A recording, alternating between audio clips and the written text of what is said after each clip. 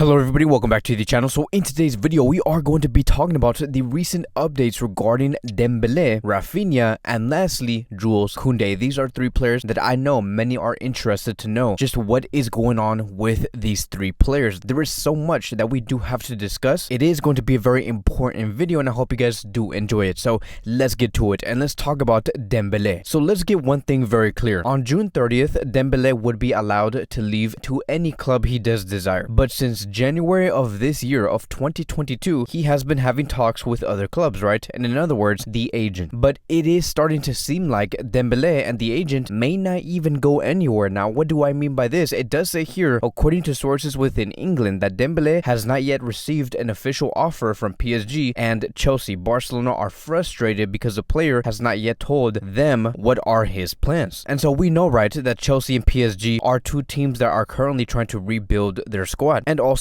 on and off the pitch. But the fact that we have not seen not a single club be interested in this player to the point where they are making offers for Dembele, that is staggering to me because I have no idea why these clubs have not made an official proposal. Because could it be that they have no funds? Could it be because Dembele and the agent are asking for too much? So it is a very interesting position that Dembele is in right now. The fact that he has no buyers, the fact that Barcelona are also going to be a club that will not move from their current offer that is on the table. It just seems like whatever Barcelona is offering right now, that is what he truly does deserve, and there is no other club out there in Europe that would be willing to pay even more or give him a stronger salary. Now, in the past couple of hours, we have had some very interesting details regarding what Dembele does think about this whole thing, because he knows that he is currently stranded. The agent knows that they cannot find any buyers. And it does say here, according to Santiago Ovalle, new contacts in the last few days between Xavi and Dembele, who has yet again confessed his desire to stay to the coach. The club has told the player that he must make an effort and accept the current offer if he really does want to stay. So what Barcelona is basically doing here is basically saying this: look, we know that you're not having any offers. We know that there are clubs out there who are not willing to overpay for you. Why can't you, Dembele, just tell the agent to stop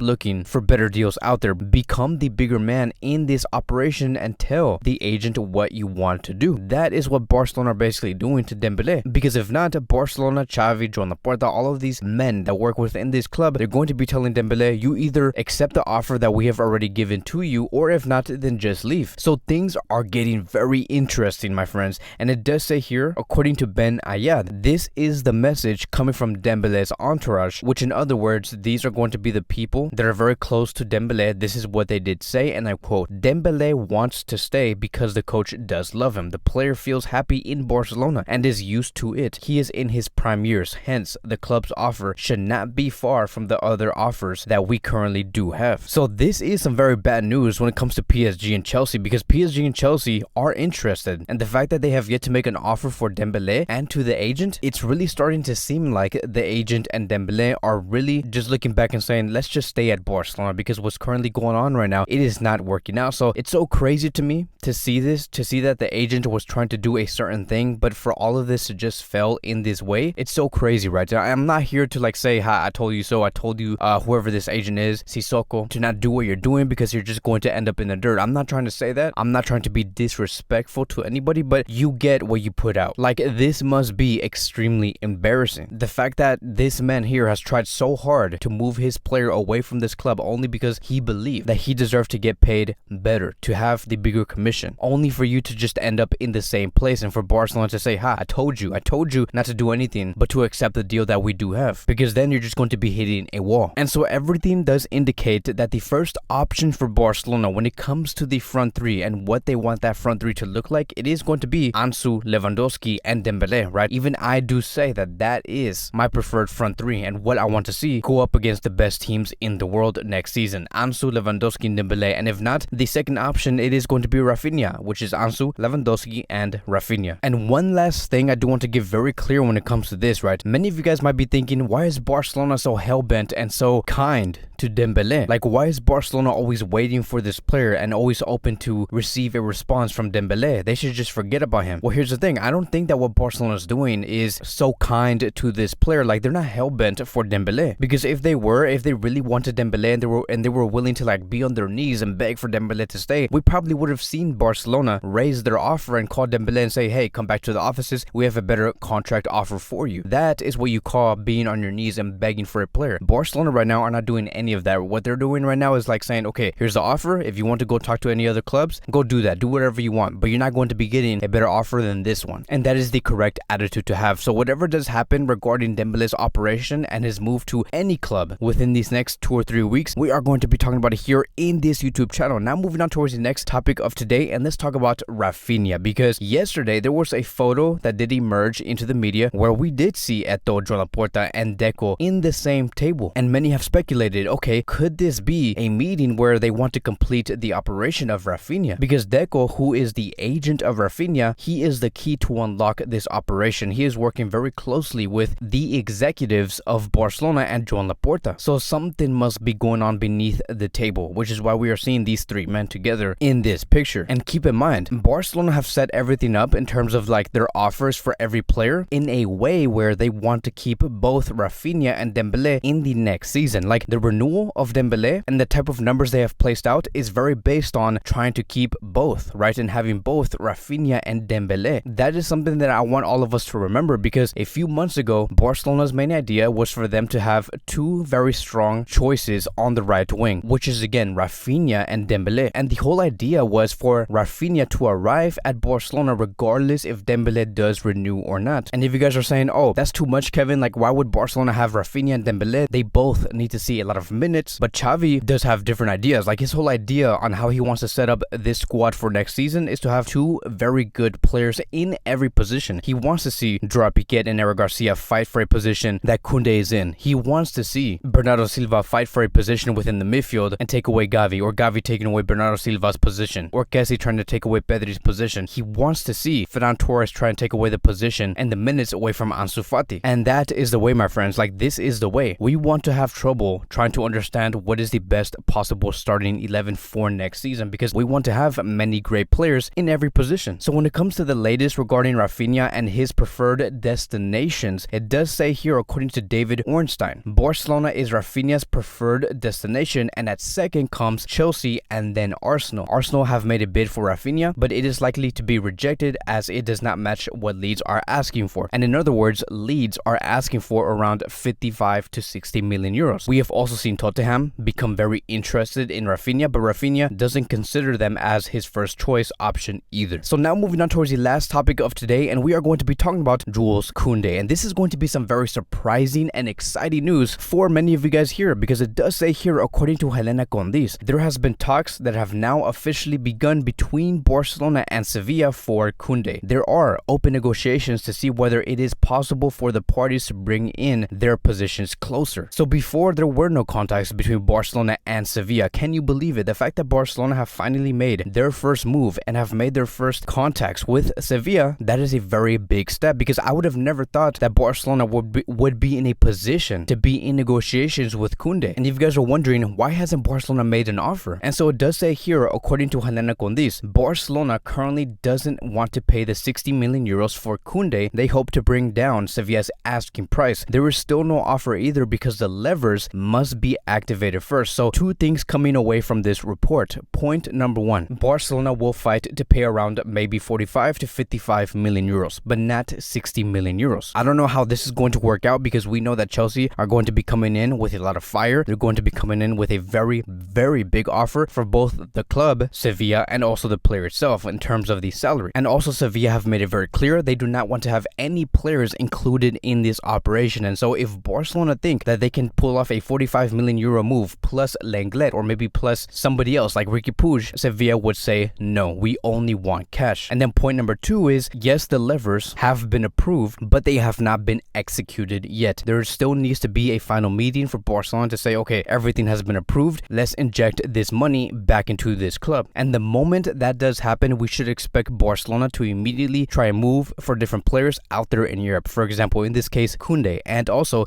Lewandowski. So I know that many of us do want everything like immediately to happen, like right after Barcelona have finally approved these economical levers, but we need patience. We must do everything correctly and we must get the best deal possible from every player. We do not want to overpay for players like Lewandowski, Jules Kounde, Raphinha, and Bernardo Silva. Barcelona, even though they are going to be injected 700 to 800 million euros, we still want to be a club where we can get the best deal. So I'm very confident that we can get these deals done. Yes, you guys heard that correctly. I do believe and I trust Joan Laporta that they can bring in Lewandowski, Kounde, Bernardo Silva, and Raphinha. The only question is going to be how, right? How is this going to end up? Is Barcelona going to be getting the best deal from these players? Yes or no? But that is going to be wrapping up today's Barcelona Daily News. Thank you guys so much for watching. If you guys are new here, welcome to the channel. Please like, subscribe, comment, and I will see you guys in the next video.